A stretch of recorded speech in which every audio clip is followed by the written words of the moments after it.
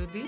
I'm a postdoc scientist and I work for EMBRC, which is the European Marine Biological Resource Center. And I work as a data scientist for the DTO-BioFlow project. EMBRC is one of the beneficiaries of the DTO-BioFlow project. It's one of the leads for the work package 3 for task 3. It's responsible for creating a blueprint for sustainable biodiversity data flow across all data types.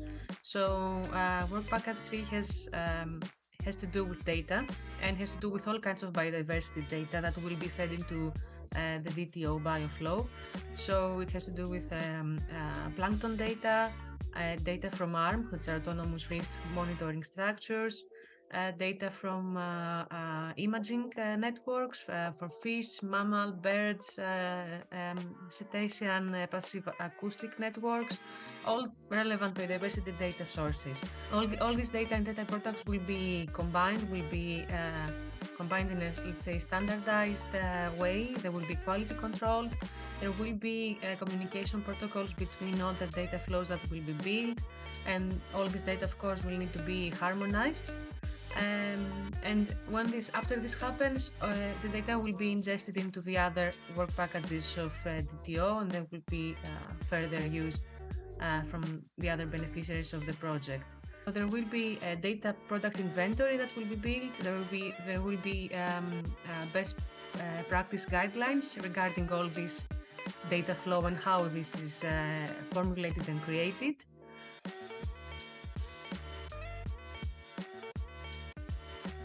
All this work is really important because, as I see it, it will be the basis, one of the bases at least, for the development of the digital twin of the ocean.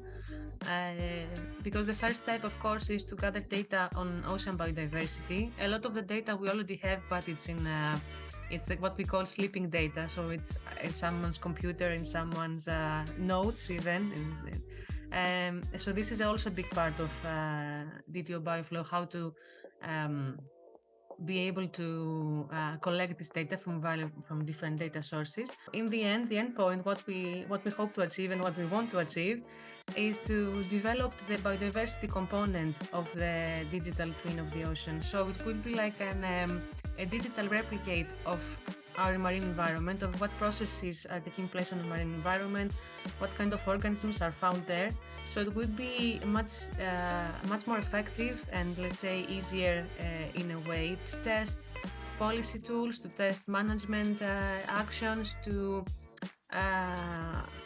try and implement protection measures in this digital twin before, let's say, going in the actual environment. So it will be our window, let's say, to the ocean that we will have created, and it will be really helpful for us to be able to predict and do effective monitoring for the future state of the ocean.